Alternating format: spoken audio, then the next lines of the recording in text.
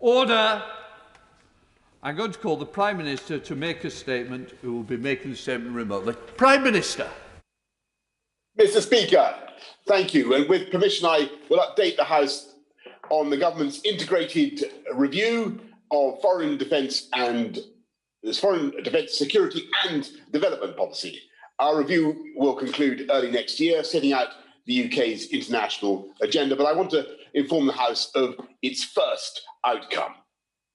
For decades, British governments have trimmed and cheese-pared our defence budget. And if we go on like this, we risk waking up to discover that our armed forces, the pride of Britain, have fallen below the minimum threshold of viability. And once lost, they can never be regained. That outcome would not only be craven, it would jeopardise the security of the British people, amounting to a dereliction of duty for any Prime Minister. So I refuse to vindicate any pessimistic forecasters there may have been by taking up the scalpel yet again. Based on our assessment of the international situation and our foreign policy goals, I've decided that the era of cutting our defence budget must end, and it ends now. I'm increasing defence spending by £24.1 billion over the next 4 years. That's 16.5 billion more than our manifesto commitment, raising it as a share of GDP to at least 2.2%, exceeding our NATO pledge and investing £190 billion over the next 4 years. More than any other European country and more than any other NATO ally except the United States. The Ministry of Defence has received a multi-year settlement because equipping our armed forces requires long-term investment, and our national security in 20 years' time will depend on decisions we take today. I've done this in the teeth of the pandemic amid every other demand on our resources, because the defence of the realm and the safety of the British people must come first. I pay tribute to my right honourable friends, the Chancellor and the Defence Secretary, who believe in this as fervently as I do. Reviving our armed forces is one pillar of the government's ambition to safeguard Britain's interests and values by strengthening our global influence and reinforcing our ability to join the United States and our other allies to defend free and open societies. The international situation is now more perilous and intensely competitive than at any time since the Cold War. Everything we do in this country, every job, every business, even how we shop and what we eat, depend on a basic minimum of global security, a web of feed pipes, of oxygen pipes that must be kept open, shipping lanes, a functioning internet, safe air corridors, reliable undersea cables, and tranquility in distant straits. This pandemic has offered a taste of what happens when our most fundamental needs are suddenly in question. And we could take all this for granted, ignore the threat of terrorism and the ambitions of hostile states, hope for the best, and we might get away with it for a while before calamity strikes, as it surely would, or we could accept that our lifelines must be protected, but we're content to curl up in our island and leave the task to our friends. My starting point is that either of those options would be an abdication of the first duty of government to defend our people. My choice, and I hope it will carry every member of the House, is that Britain must be true to our history, to stand alongside our allies, sharing the burden and bringing our expertise to bear on the world's toughest problems. To achieve this, we need to upgrade our capabilities across the board.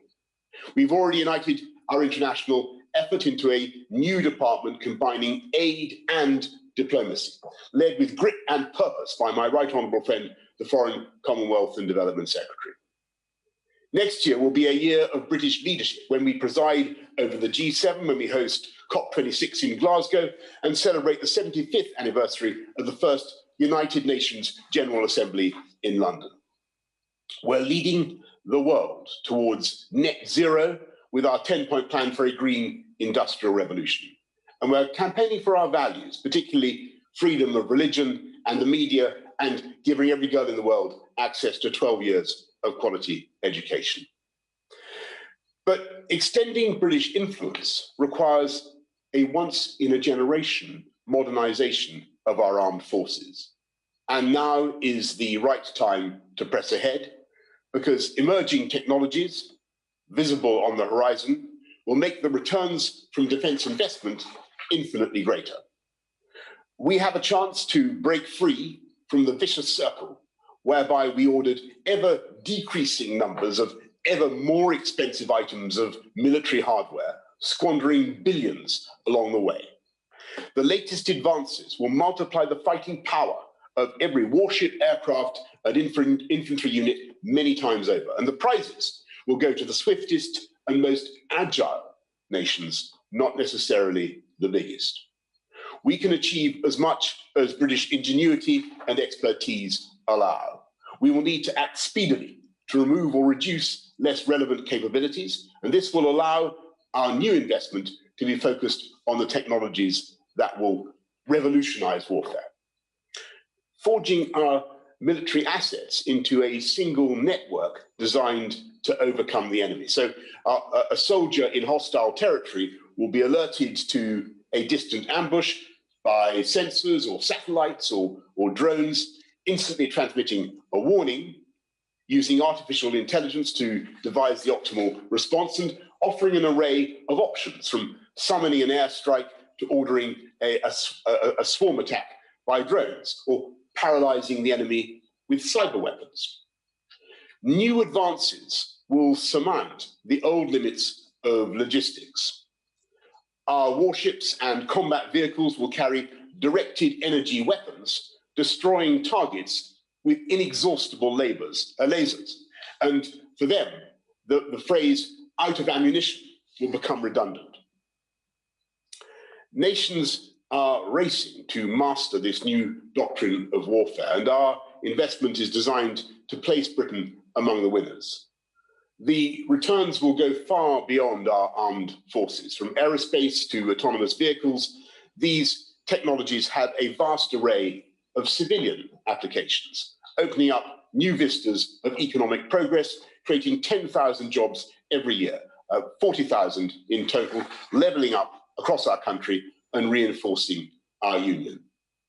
We're going to use our extra defence spending to restore Britain's position as the foremost naval power in Europe, taking forward our plans for 8 Type 26 and 5 Type 31 frigates and support ships to supply our carriers.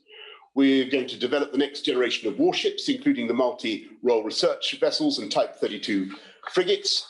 And this will spur a renaissance of British shipbuilding across the UK, in Glasgow and Rosyth, Belfast, Appledore and Birkenhead, guaranteeing jobs and illuminating the benefits of the Union in the white light of the arc welder's torch. If there is one policy which strengthens the UK in every possible sense, it is building more ships for the Royal Navy.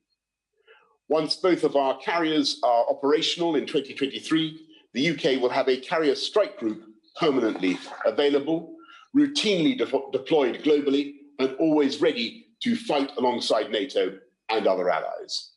Next year, Queen Elizabeth will lead a British and Allied task group on our most ambitious deployment for 2 decades, encompassing the Mediterranean, the Indian Ocean, and East Asia.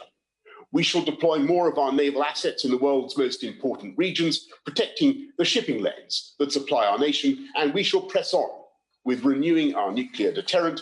We will reshape our army for the age of networked warfare, allowing better equipped soldiers to deploy more quickly, and strengthening the ability of our special forces to operate covertly against our most sophisticated adversaries.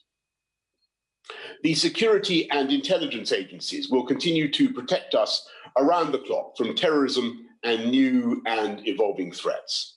We will invest another £1.5 billion in military research and development, designed to master the new technologies of warfare, and we will establish a new centre dedicated to artificial intelligence and a new RAF Space Command, launching British satellites and our first rocket from Scotland in 2022.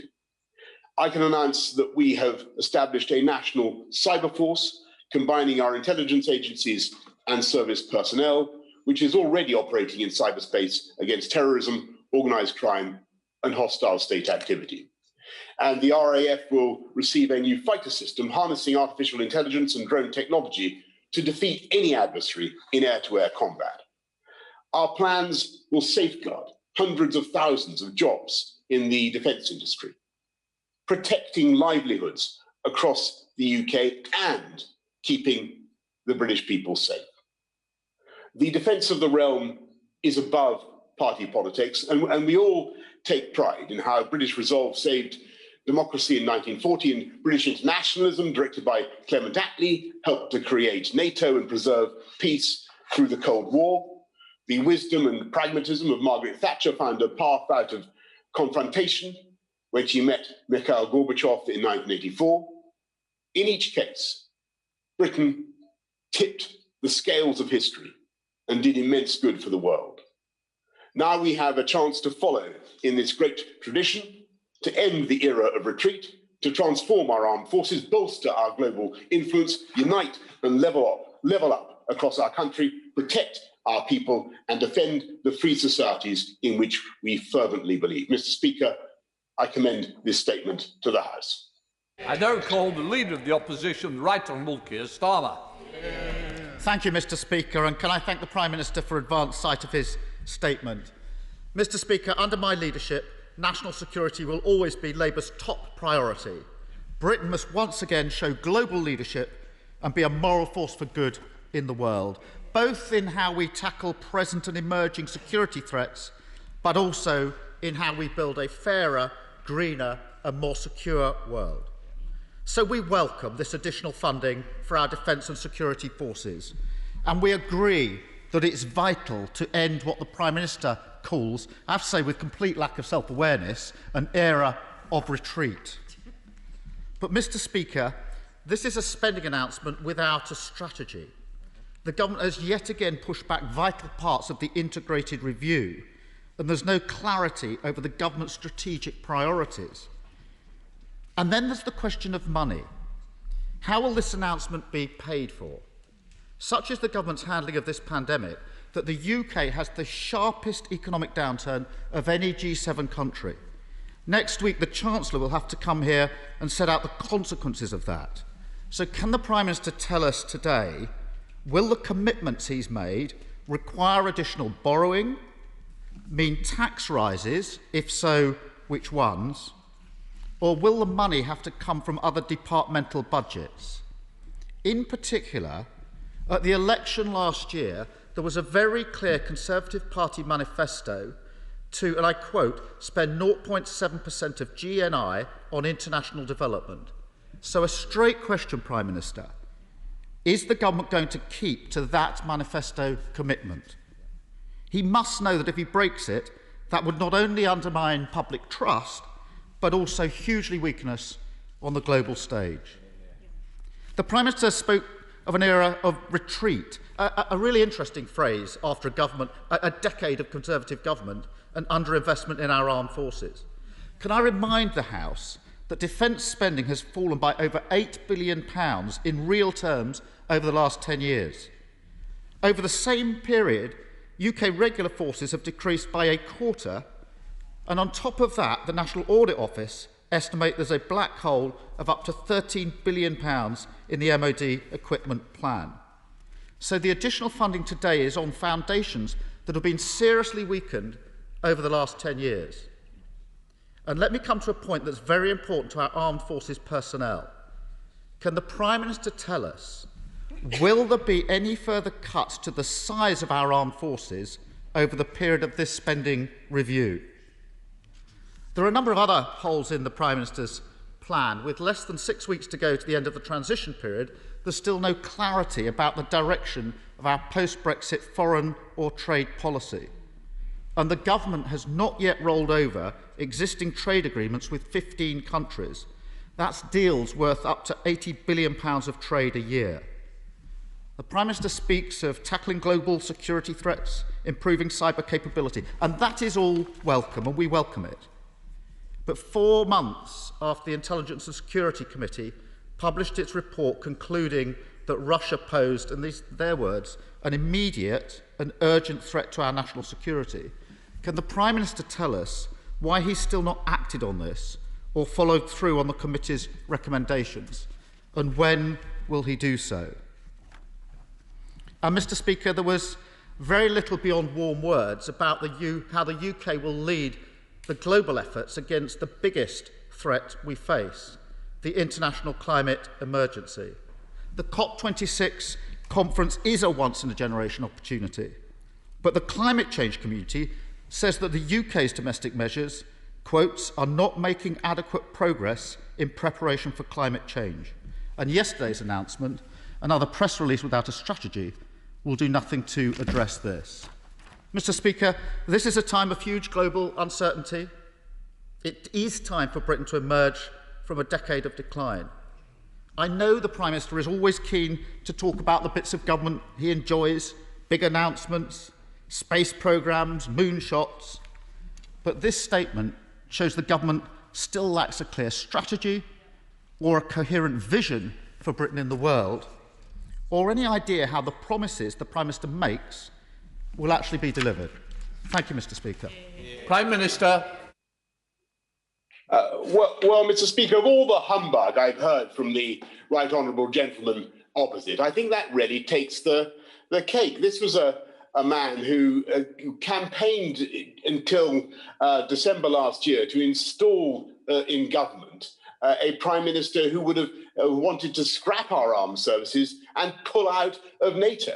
And his own record of support of our armed services very, very thin indeed. Mr. Speaker, I'm glad that he now welcomes this package. I think I think the comments that he's made about it scarcely do it justice. This is the biggest package of support for our armed services, as I say, since the end of the Cold War. It bears absolutely no relation to discussions about overseas aid, and I can say I think this House and this country should be incredibly proud of what Britain does to support people around the world. And under any view, this country has been and will remain one of the biggest contributors to aid of any country on earth. I'm very, very proud of that. I'm proud of the way this package will help to deliver 40,000 jobs around the UK. And this is the party, Mr. Speaker,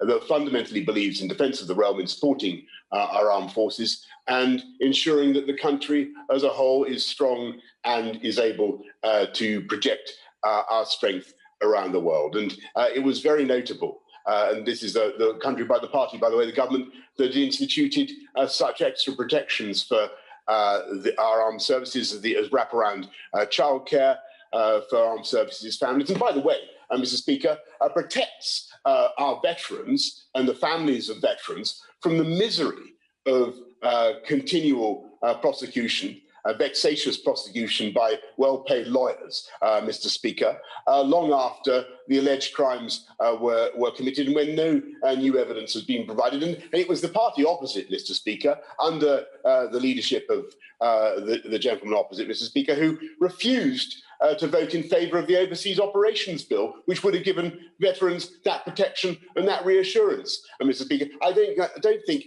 I've heard so much phony stuff from the right honourable gentleman in all the time that we've faced each other so far. This was a guy, Mr. Speaker, who campaigned actively to install somebody who wanted to break up our armed forces and pull out of NATO. I don't know what he was thinking then. He never mentioned his support for the armed services then, and I don't attach, frankly, much credence to it now. Chair of Select Committee, Tobias Ellwood. Thank you very much, Madam Deputy Speaker. Can I welcome this commitment to significantly upgrade our defence posture, something he knows that I, the Defence Select Committee and others in this House have been calling for some time.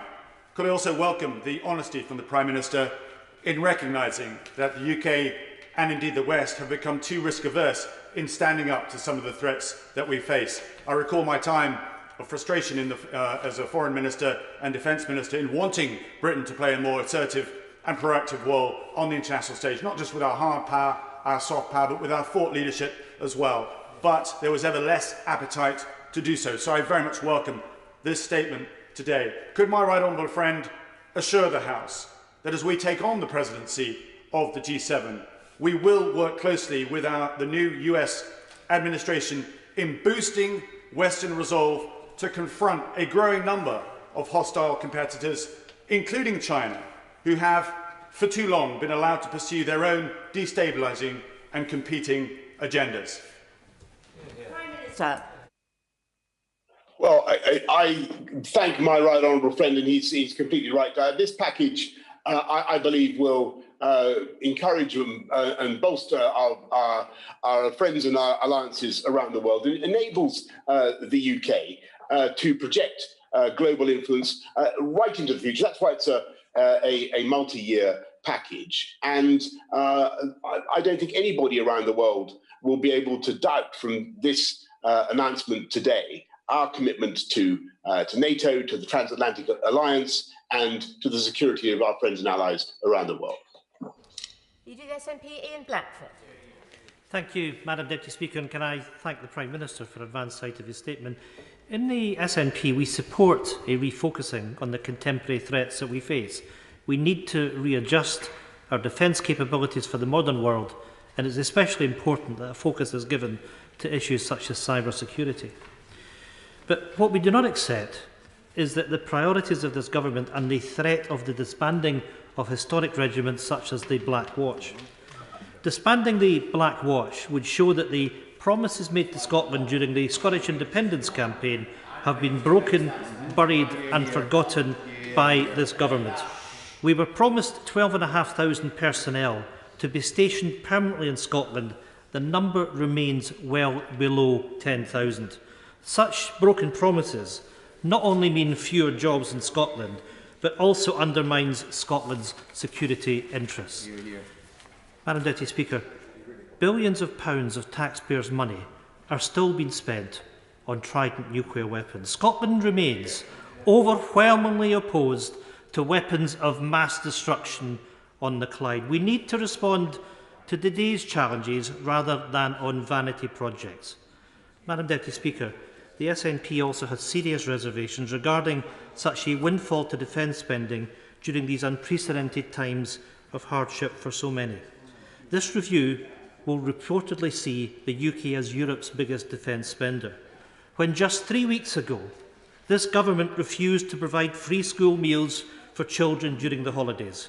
And we have learned that the UK government is considering cutting the overseas aid budget by billions of pounds. Madam Deputy Speaker, the Prime Minister may use the term global Britain, but on these benches we believe the Prime Minister has his priorities all wrong. The Tories have closed DFID, one of the most successful departments of government, in order to politicise instead of focusing it on sustainable development goals. In our submission to the Integrated Defence Review, we've put forward sensible suggestions on how to meet the modern-day threat picture, but not to the detriment of our historic regiments in Scotland. I ask the Prime Minister today, will he rule out scrapping the Black Watch and cuts to international aid spending? Yes. You know, Madam Deputy Speaker, I mean, it is an absolute disgrace in the face of the threats that we get the contempt that we see yet again this afternoon from the Defence Secretary and his colleagues on the Tory benches. It's shameful, and he really ought to grow up and show some respect to the regiments of Scotland. Madam Deputy Speaker, with independence, Scotland can have a foreign policy that reflects our values and interests and a defence capability that matches capabilities to threats.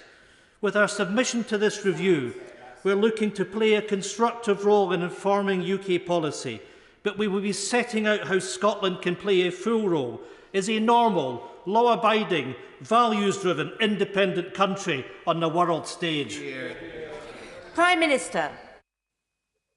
Well, Mr. Speaker, I can certainly give the right honourable gentleman that guarantee. And once again, he seems to be a veritable geyser of confected indignation. Of course, we're going to guarantee the Black Watch. The DFID will remain in East Kilbride as long as he doesn't continue with his ambitions to break up the United Kingdom. And even if he does, the DFID will remain in East Kilbride.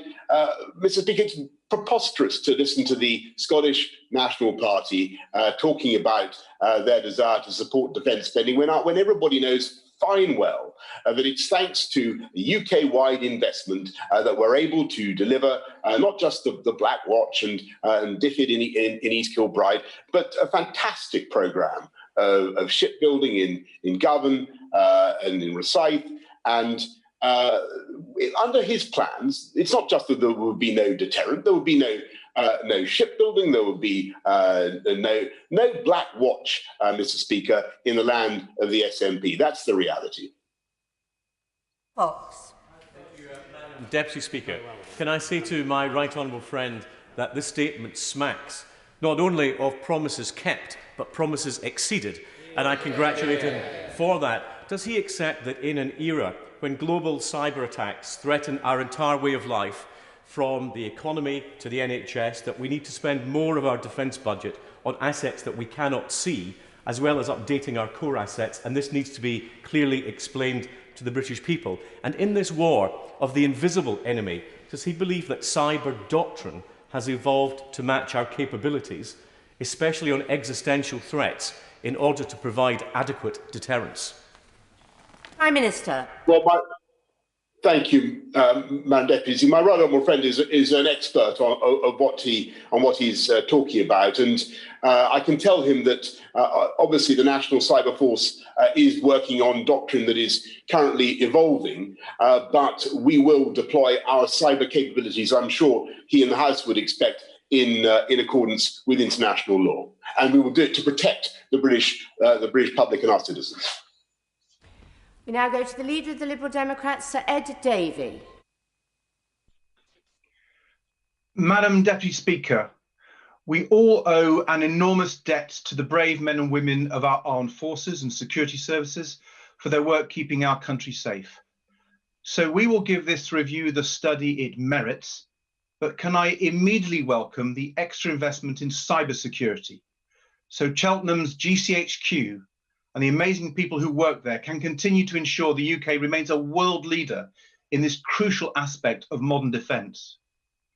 But with data and cyber so important to modern defence, he will know that access for our security services and police to European crime databases is vital to keeping the British people safe. So can the Prime Minister guarantee we will retain direct, real-time access to all these European databases after January the 1st? Prime Minister. Mr. Speaker, we will make sure that we have all the cooperation, and I thank the right honourable gentleman for his point. It's a very important one, and I agree with him what he says about GCHQ and Cheltenham. But I'm assured that we will be able to maintain all the cooperation, all the collaboration that we need to do to protect our people and our citizens, not just with our European friends and partners, but also with Five Eyes and other allies and friends around the world. Andrew Mitchell. Thank you, Madam Deputy Speaker. My right honourable friend has delivered for our armed forces today, and he deserves the support of the whole House, and particularly as he seeks to improve the procurement mechanisms of the Ministry of Defence as well. Will he bear in mind the wise words of General Mattis, the former American Defence Secretary, who told Donald Trump, and I quote, "The more you cut aid, the more I have to spend on ammunition." Britain's development leadership and the standing by our promise to the poorest of the 0.7, which was a manifesto commitment, will stand my right honourable friend in very good stead as he assumes the chairmanship of the G7 on January the 1st and promotes the important values of global Britain. Prime Minister. Well, I'm grateful for my right honourable friend's points, and he himself has done extraordinary work to champion the poorest and neediest around the world. And I think that this country, as I say, can be very proud of our record in overseas aid, and we lead the world, will continue to lead the world under this government. What I can say is that this review is about, this statement is about our defence and our security, and there's no read across to any other issue. And this is driven by our need to protect the British public, to keep the world as safe as we possibly can, and to unite and level up across our union with 40,000 more jobs. Shannon. Speaker, can I thank the Prime Minister for his commitment to all of the United Kingdom of Great Britain and Northern Ireland.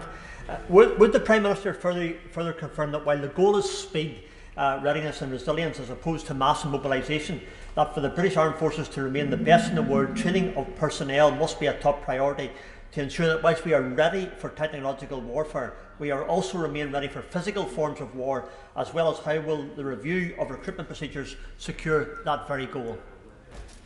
Prime Minister. The right honourable gentleman makes a very important point. The defence review will ensure that we remain full spectrum capable, I think is the phrase, Mr. Speaker, that the House should use. Full spectrum capable. We now go to Sir David Evanet. Madam Deputy Speaker, can I strongly welcome and support my right honourable friend's statement. We live in difficult times, but as he states, the defence of the realm must always remain a top priority. However, this announcement will be warmly welcomed by so many British businesses who rely heavily on our defence industry. Will my right honourable friend confirm that this will safeguard jobs, helping us build back and level up opportunity across our nation? Prime Minister. My honourable friend is use this defence package spending review not just to modernise and update our armed forces in a truly revolutionary way, if you look at what the package is doing, but also to drive jobs across the whole of the UK. And it's a very, very exciting prospect. John Speller. Madam Deputy Speaker and Prime Minister, look, if this boost for defence spending is the first fruits of the departure of Dominic Cummings, it's most welcome, especially in ensuring we can continue to work effectively alongside our long-term allies and partners, the United States, even more so with the welcome arrival of President Biden. But can he also ensure that spending is, wherever possible, directed to firms in the UK, and that orders are also pulled forward to get British industry moving?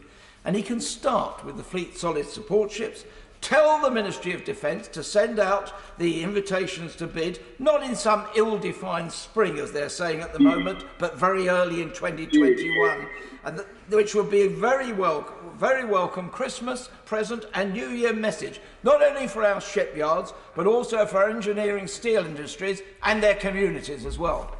Prime Minister. Well, the honourable gentleman, I think he speaks for many, and he certainly speaks for me in what he says about the Fleet Solid support ships. But this is a great moment for shipbuilding in this country, and be in no doubt of the ambition of my right honourable friend, the Defence Secretary, who is now leading a renaissance in shipbuilding. He is the shipbuilding czar, and I'm sure he will have heard the honourable gentleman's points loud and clear. Deanna Davison.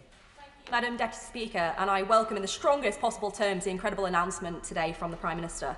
Before joining this place, I worked for a County Durham startup in research and development and saw firsthand the incredible value that R&D brings to society, particularly when tech is developed that can then be applied to other uses. And I've got no doubt that investing in military R&D will lead to advancements for civilian applications in areas like aviation and autonomous vehicles. Indeed, the technology that allows us to see the Prime Minister beamed onto our screen today first came from a military communication innovation. So can my right honourable friend confirm that this package of funding will be underpinned by a strong commitment to military research and development? Prime Minister. I can indeed, Mr. Speaker, and there is a big chunk of this package which is specifically dedicated to research and development, in cyber, in AI, in drone warfare, in all the warfare of the future. We need to. The victors of the future will be those that are able to master data and new technology in the way that this package supports. We now go to Sarah Champion. Thank you, Madam Deputy Speaker. I really welcome this commitment to our armed forces. In his statement, the Prime Minister spoke about defending our people and keeping the world safe. And I would argue that these are development objectives, thinking specifically around climate change, food security, creating stable governments, and investing to end violence against women and girls.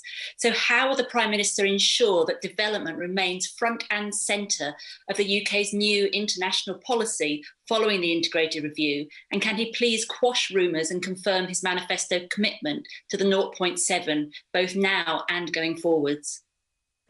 Prime Minister. As I've said several times to the House, Madam Deputy Speaker, I think we can all be proud of our record on overseas aid, and that will continue. But it's also by investing in armed services that you can do some of the greatest things for the poorest and neediest people around the world. Traveling around the world to countries that are in real distress, I often have found that the single export that they crave the most is the help and the reassurance and the security that comes from British armed services, and that's one of the reasons helping to keep our world safe is a huge part of this agenda. Ben Everett. Thank you, Madam Deputy Speaker. Our armed forces have played a crucial role in our response to this pandemic, not least in setting up and scaling the mega lab in Milton Keynes. But looking beyond Milton Keynes to the world, does the Prime Minister agree with me that this investment sends a huge message to our friends and our allies around the world that Britain is serious about security? And not only that, Madam Deputy Speaker, it sends a message to those that would do us harm, that would threaten the security of our people and our nation, that Britain is serious about defending our people, our businesses, our economy and our values. Prime Minister. Well, Mr. Speaker, that is exactly the purpose of this announcement. It is a long-term plan that allows us to reform our defences, and they must be reformed, they must be improved, whilst also allowing us to project force and stability around the world. That's what it is designed to do. It simultaneously creates tens of thousands of jobs across the whole of the United Kingdom. So it has a big economic benefit as well. We now go to Dan Jarvis.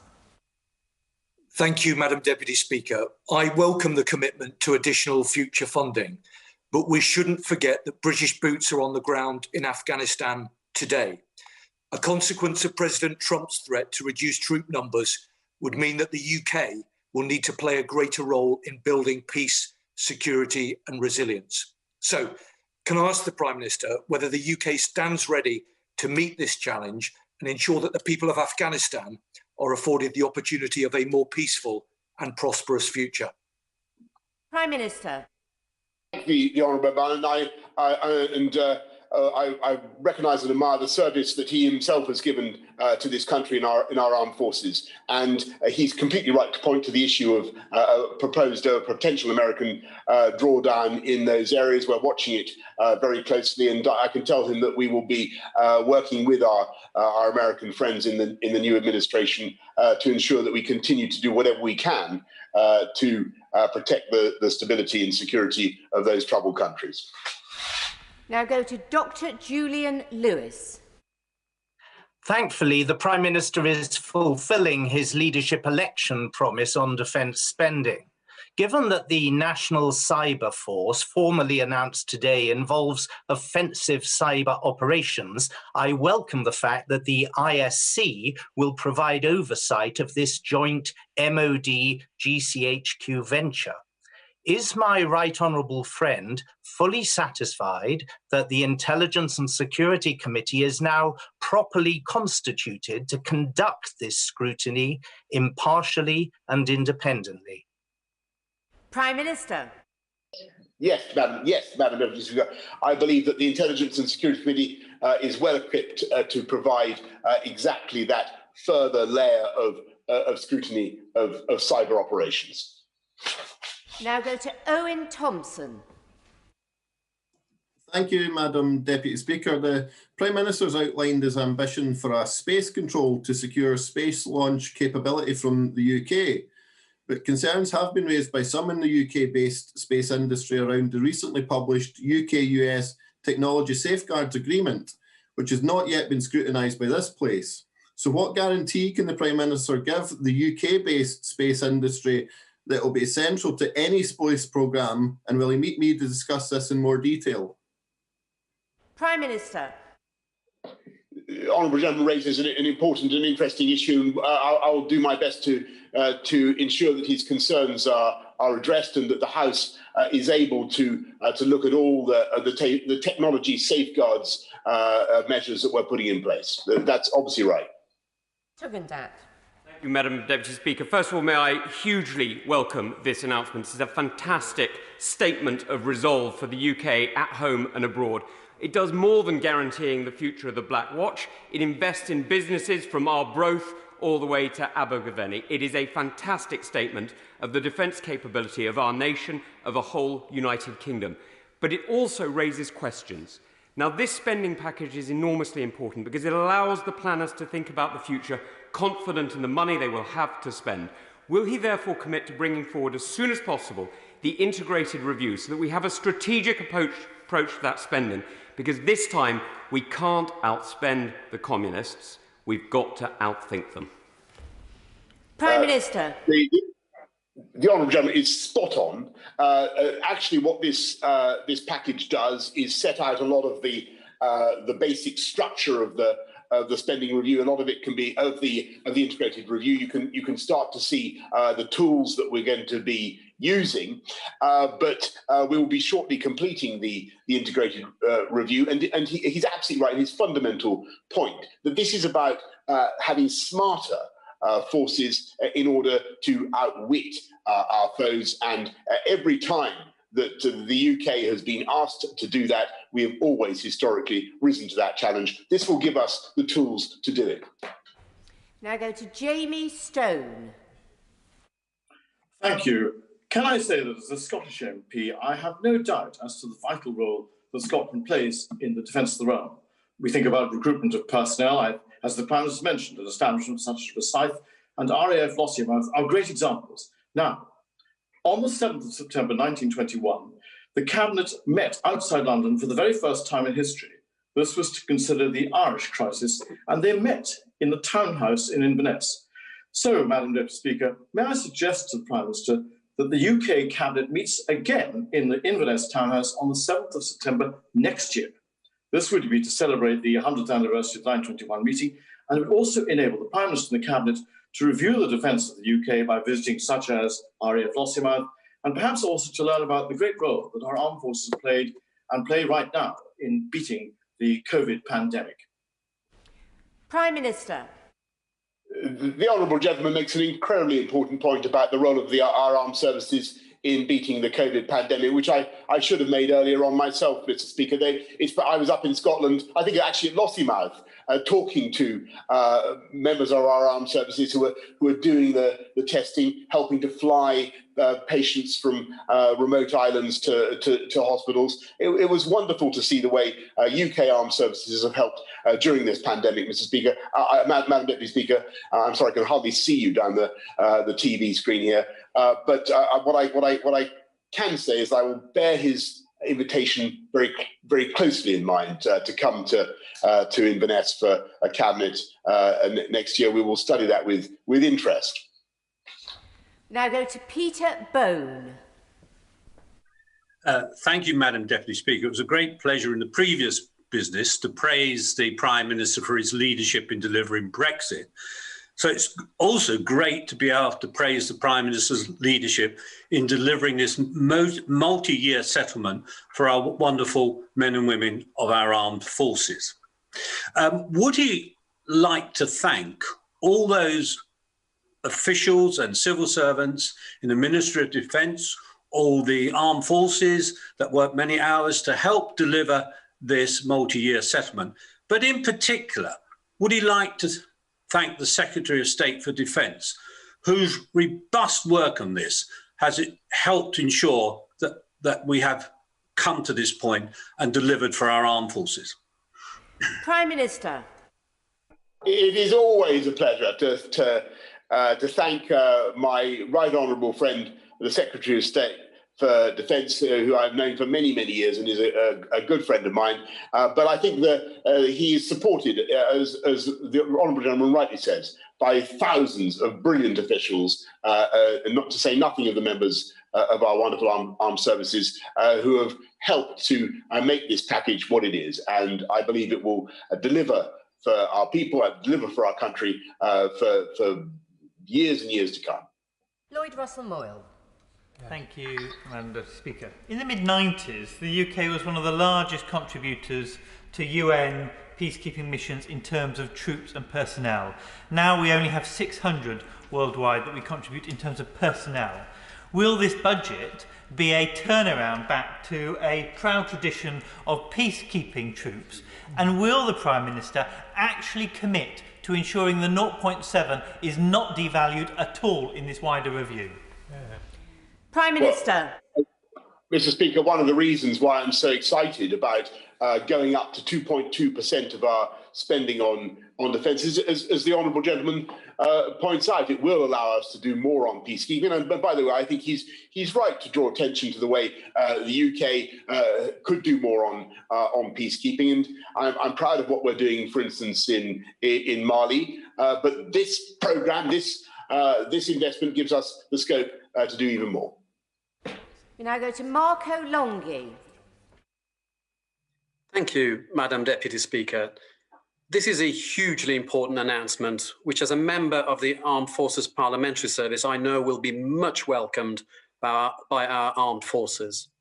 Will my right honourable friend confirm that it will in fact strengthen our global influence and secure jobs across a range of supply chain industries, some of which are located across Dudley Borough and the Black Country? Prime Minister. Yes, indeed, Madam Deputy Speaker. This will be big for the Black Country because the West Midlands, once again, are at the cutting edge of technological change, the new industrial revolution, and the technologies that we will need and that are foreseen in this spending package will certainly be driving jobs in the West Midlands and around the whole UK. Nivendu Mishra. Thank you, Madam Deputy Speaker. Britain is the penholder for Yemen at the UN Security Council, with the responsibility to support the peace process and a real opportunity to show global Britain at its best. But can the Prime Minister tell us why his government has resumed indefensible arms sales to Saudi Arabia, which has credibly been accused of human rights violations that may amount to war crimes? Prime Minister. Well, Mr. Speaker, under the consolidated guidance, we have some of the strictest rules about exports of weapons to any country in the world, and everything is closely overseen and scrutinised by our lawyers and indeed judicially reviewed. And I'm content that we're doing everything in accordance with the law and in accordance with humanitarian law, Madam Deputy Speaker. 22 withdrawn, so Chion Wara. Thank you very much, Madam Deputy Speaker. And I very much welcome this increased commitment to invest in our armed forces. Though to pay for it by reducing the commitment to global peace, which our overseas aid budget represents, would be a mistake. But I want to ask him how he's going to make sure that the jobs are created across the country by this investment. Innovative, high-tech businesses in Newcastle tell me it's easier to secure a contract with the American Department for Defence than with the British Ministry of Defence. So what is he going to do to improve procurement opportunities for small businesses? Prime Minister. Well, I'm interested that she says that, Madam Deputy Speaker, because as I recall, you can't even sell rulers to the US military under the Pentagon's procurement policies or paper clips. But I may be in error in that. But she's making an important point about the need to source as much as we can from the UK, and that is obviously what we're going to do. It's a big opportunity to buy British, to stimulate jobs, to stimulate technology. and to drive jobs across the UK. And I've no doubt that Newcastle and the North East are going to be big beneficiaries as well. We now go to David Davis. Thank you, Madam Deputy Speaker. Can I say to the Prime Minister, this is the best and most intelligent defence statement I've heard in a quarter of a century in the House of Commons. Will he assuage, however, two concerns I have? The first is that it appears that the numerical size of the armed forces is still on a downward trend. And given that the evidence of recent wars, most recently in Nagorno-Karabakh, is that the route to success is both novel technology and conventional forces, how are we going to cope with that? And secondly, since the era of the Duke of Wellington, the MOD is not very good at managing big, expensive projects. What are we going to do about that? Prime Minister. Mr. Speaker, first of all, it's important to understand there are no redundancies in this package, and it is, we're committed, as I say, to, he's right, my right honourable friend is right in what he says about the need to maintain full spectrum, and that's what it does. But, you know, you've also got to fight the wars of the future. You've got to adapt, you've got to change, and that's what this package allows us to do. It does permit us to modernise. Now, the final point that my right honourable friend made is a very important one.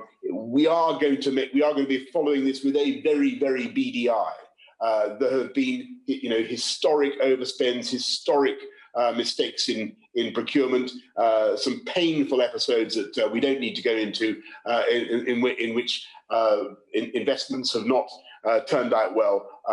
We are setting up a unit to ensure that we get value out of this massive package. Stephen Doughty. Thank you, Madam Deputy Speaker. There's much to welcome about investment in our armed forces in this statement. But the Prime Minister will be aware that in the last month we've seen atrocities against civilians in Nigeria, jihadis on the rise in the Sahel and Mozambique, attacks on democracy in Uganda and Tanzania, and now a spiralling conflict in Ethiopia with huge refugee flows, attacks on civilians and destabilising of the region. So on that specific issue, could the Prime Minister say what he is doing now to seek an urgent de-escalation in Ethiopia and humanitarian access? And more widely, what role, given his statement today, does he see for us as a partner for peace, development, insecurity in Africa, not least given the crucial role that 0.7% commitment has played, as the Right Honourable Gentleman Suttle Coldfield set out so clearly? Prime Minister. Yes. Well, thank the Honourable Gentleman. We've obviously made representations to the government in Addis Ababa to de-escalate in Ethiopia. We continue to make our points with them, and this package will enable us to step up, or help us to step up our commitment to Africa. And as he may recall, when I was Foreign Secretary and now under my right honourable friend, the Foreign Secretary, we are opening up embassies, opening up UK representation across Africa, and this package will help us to support that. Anne-Marie Trevelyan. Thank you, Madam Deputy Speaker. I'd like to thank both the Prime Minister and the Chancellor for finding a way to provide this long-term financial stability for defence, despite the huge financial pressures that COVID has brought upon us this year. Getting our defence funding on a sound footing affords us the chance to ensure that it can be genuinely resilient. So does the Prime Minister agree with me that ensuring we get going at pace on the shipbuilding commitments that he has set out is critical, not only for the next generation of Royal Navy ships to be in service as soon as possible, but also because the UK, in building ships and boats across the 4 nations of the Union which they defend, can lead the world in adapting to green maritime technologies? Prime Minister. My right honourable friend is completely right, because we're not only massively expanding shipbuilding with the 2 frigate production lines that I've described, the 5 Type 31s at Rosyth, the 6 Type 26s in Govan. We're also committed to the Type 32. But we want to be in the lead globally, as she and I have discussed, and I thank her for all the work that she has done to champion shipbuilding and the Royal Navy. We also want to be in the lead in clean, green marine technologies, so that our ships are also emitting less carbon. That is perfectly feasible. Now going to Peter Grant. Thank you, Madam Deputy Speaker. The Prime Minister has announced an additional increase of just over £4 billion per year in the defence budget. Meanwhile, the Ministry of Defence itself admits that it already has a £6 billion budget shortfall in its equipment plan, and that shortfall could rise to as much as £13 billion over the lifetime of the plan. So can the Prime Minister tell us what he thinks the MOD's equipment budget shortfall will be at the end of the 4-year period covered by his statement today? Prime Minister. Sorry. Madam Deputy Speaker, this is, as I said, it's the biggest increase in defence spending since the Cold War. It gives us a long-term ability to reform, but it also delivers more ships, as I've said, ships, cyber, artificial intelligence, drone technology, and the Future Combat Air System, which I think will be absolutely vital for this country. All of it creating 40,000 jobs across the UK. So this is a big step forward for our country, for our whole country. Scott Benton. Thank you, Madam Deputy Speaker. I warmly welcome this statement from the Prime Minister and his continuing commitment to strengthen our defence capabilities. I'm sure that my right honourable friend will agree that it is vital that other NATO members also fulfil their obligations with regards to spending 2% of their GDP on defence by 2024. And so may I ask what steps this government is taking to ensure that other members of the Alliance fulfil their obligations to increase their defence spending? Prime Minister. Well, my honourable friend is completely right, and we never tire of telling other NATO colleagues that they need to increase their defence spending for the good of the whole alliance, and we will continue to make that case. But we're doing the most powerful thing, and that is setting a fantastic example ourselves, 2.2%. And this is something that will not only help drive jobs, prosperity in the UK, protect the people of the UK, but also help to make the world safer. Mary Kelly Foy. Thank you, Madam Deputy Speaker. In June this year, the Prime Minister abolished the Department for International Development, telling me and this House that there had been massive consultation over a long period with aid organisations prior to making this decision. Since then, around 200 aid organisations and his own Secretary for State have contradicted this. Can the Prime Minister provide evidence that this consultation took place prior to making the decision, or will he now finally apologise for misleading the House? Prime Minister. Mr. Speaker, we're in daily contact and communication with the aid organisations that have benefited from the many billions of pounds that the UK contributes to international development. More than virtually any other country. We're going to continue to do that, and we're going to continue to work with those organisations on the ground. I'm sure the honourable lady meant inadvertently misleading the House. We now go to Nigel Mills. Thank you. Can I welcome this statement and the increased investment? The Prime Minister has rightly set out the importance of spending this money wisely and efficiently, and also buying as much from British suppliers as we can. So can you bring forward some revised public sector procurement rules that we can see and apply right across public spending so we can achieve both those welcome objectives? Prime Minister. My honourable friend makes a very interesting suggestion. We want to, as I said earlier on in my answer to the right honourable gentleman from Halton, Price and Howden, we want to make sure that this money is well spent. We're going to scrutinise it very carefully.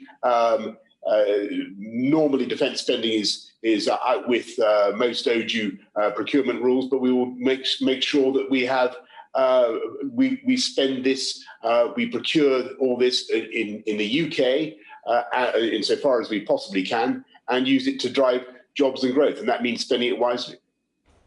Tanmanjeet Singh Desi.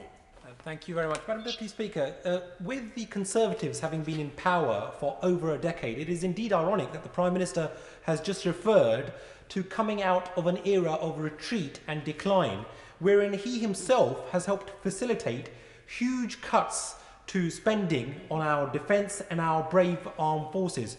But while the government has rightly sanctioned Russia for its annexation of Crimea and the appalling chemical weapons attack in Salisbury, Why has the Prime Minister failed to address the deep systemic failings in dealing with threats to our national security as identified by the Russia report?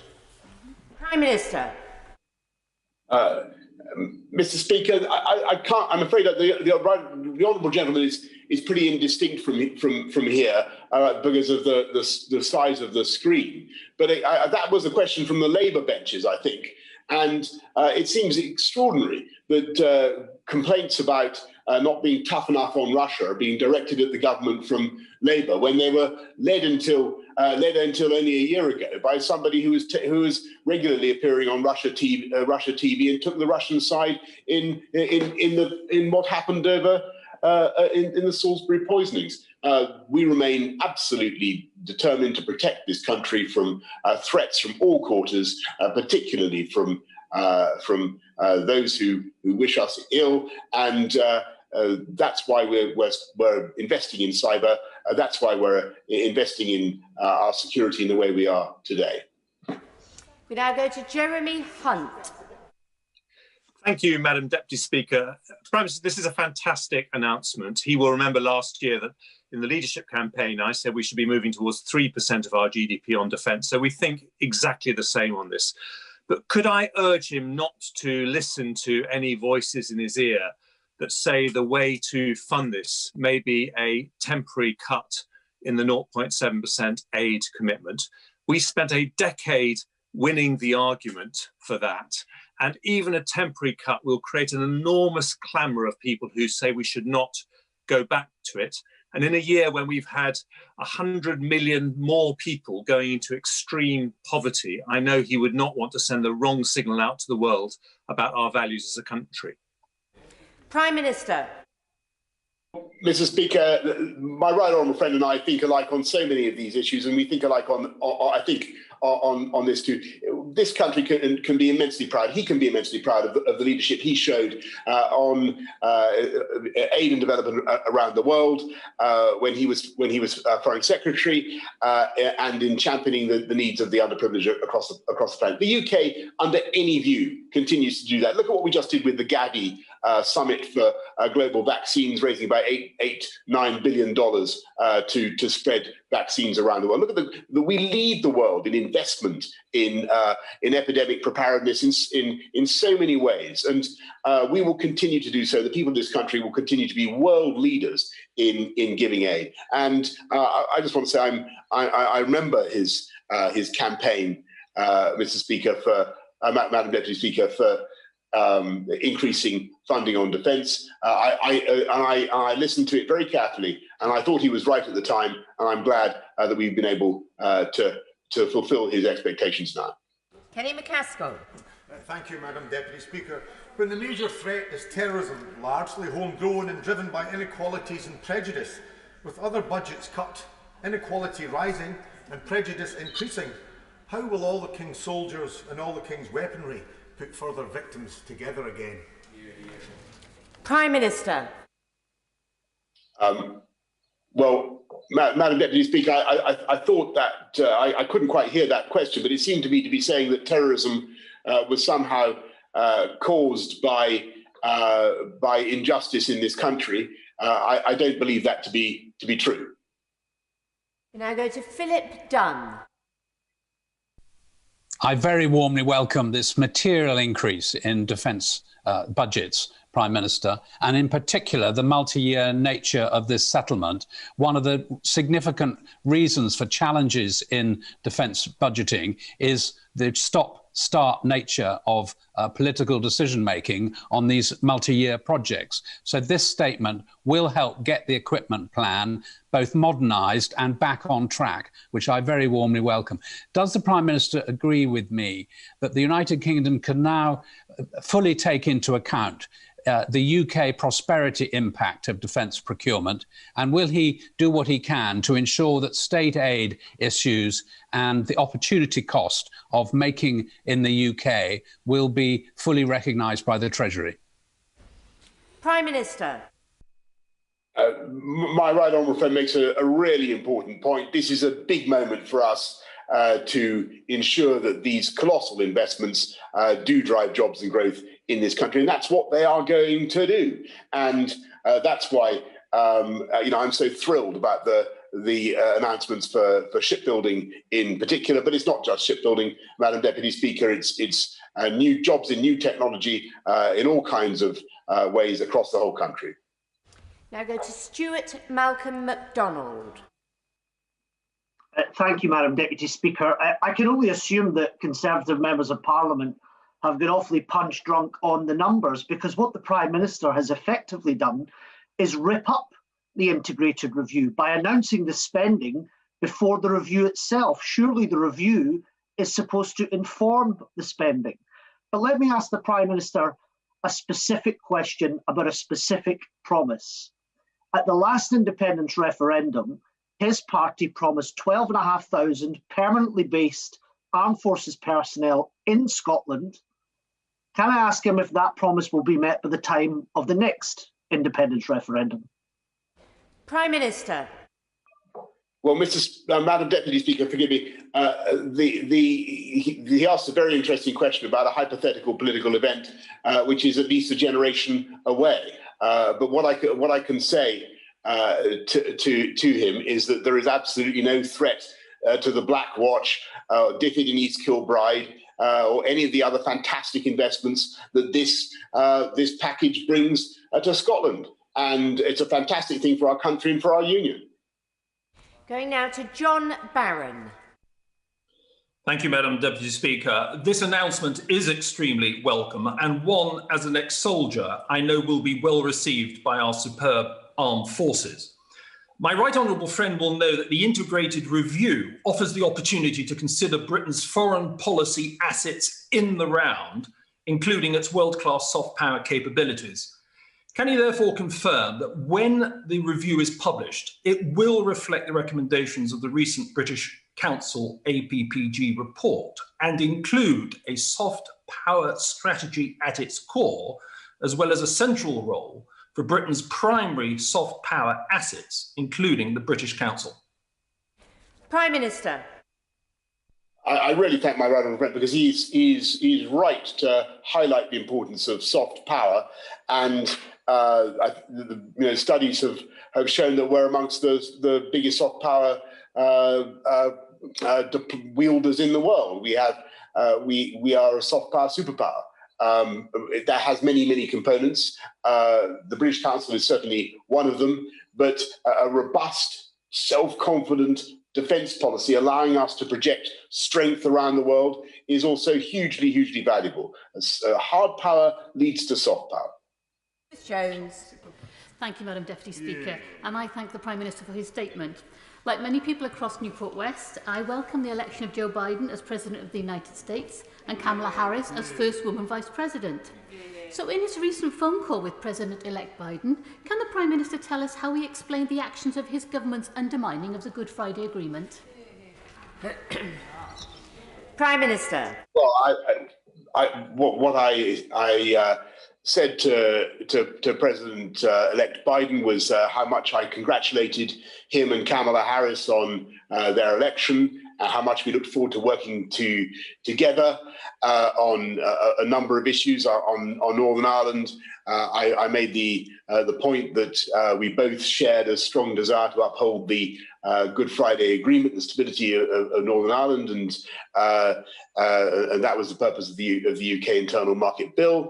But more importantly, we talked about what we were going to do to advance the cause of free trade, of international democracy around the world, of human rights, but also tackling climate change. And it was a very good phone call. We now go to Crispin Blunt. Thank you, Madam Deputy Speaker. In welcoming this statement and strongly supporting the central purpose of the integrated review of defence, diplomacy and development to better defend free societies, I trust my right honourable friend's government will continue to show global leadership in supporting the rights of all people to that most fundamental freedom to be themselves and to live their lives as they wish. So does the opportunity of the integrated review enable him to make real the rhetorical commitment to LGBT+ people globally with the relatively modest sums needed from the integrated budget to deliver British leadership in programmes that can make a massive difference to the lives of hundreds of millions of people around the world, so they can enjoy the freedom Britons have to be themselves. I wrote to the Foreign Secretary on this on the 4th of September and on the 12th of October. Does the review now enable him to say yes to that request? Prime Minister. Yes, it does, Madam Deputy Speaker, and he raises a very important point that is close to my heart. And I argue with countries around the world that repress the LGBT rights, that don't see the things the way we do in this country, that they're making not just a profound social and moral mistake, they're making an economic mistake. Because I think it's our attitude to those issues, the way we've advanced LGBT rights in this country, that actually is of huge, huge value to the lives of people in this country, people's happiness and people's willingness to come to live here, to invest, to make their lives here. It makes a huge, huge difference. That's the point I make to friends and partners around the world. And we will continue to do so under this review. That is certainly part of it. And I seem to remember when I was Foreign Secretary, one of the first things I did, I can tell my right honourable friend, was to make sure that all our embassies around the world felt able to fly the multicolour LGBT flag whenever they wanted to. We now go to Emma Hardy. Thank you, Madam Deputy Speaker. And I'm really pleased to hear the Prime Minister recognise the excellent work the armed forces have been doing throughout this pandemic.